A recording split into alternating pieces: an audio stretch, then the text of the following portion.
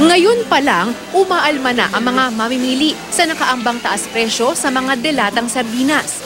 Pag halimbawa walang pagkain sa bahay, hindi ka yan ang gagamitin mo. Oo, sardinas talaga ang pangdugtong. Ay, balik sa tuyo tsaka mantika na lang yung ulam.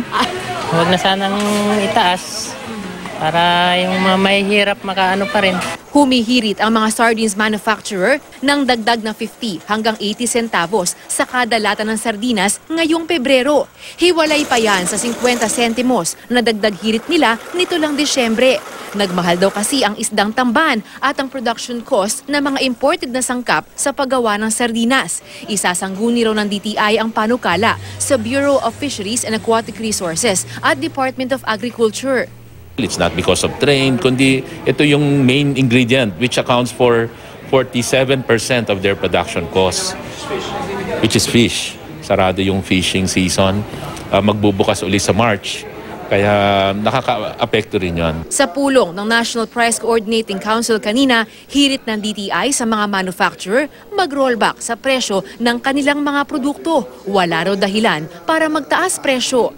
Halos wala rin daw dapat maging epekto ang dagdag na excise tax sa langis bunsod ng Train 2. We don't see any impact. The net price of the oil, oil products is 10 pesos lower sa gasoline, 8 pesos lower sa diesel compared to the peak last year. So, ibig sabihin, mas mababa pa yung presyo ngayon. Pagtitiyak naman ng grupo ng mga supermarket, wala pang magiging paggalaw sa presyo ng mga sardinas. Hindi nga lang tiyak sa mga darating na buwan, oras na ikarga na ng lahat ng gas station ang dagdag na excise tax. Gasolina So, transportation So, distribution yan di ba? So, lahat ng deliveries. No? So, we're talking trucking, we're talking distributors, no? And eventually, the manufacturers may have to adjust their prices. No? Pero very minimal if ever, no? It's very minimal. Like how minimal?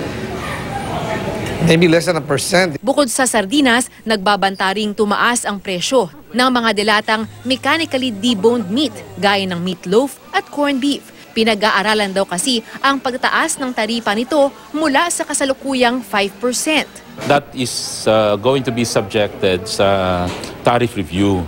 Kaya nga parang okay na rin na suspend mo na at kung mag-ano man so that the inflationary impact won't be too big. Rida Reyes, Nakatutok, 24 Oras.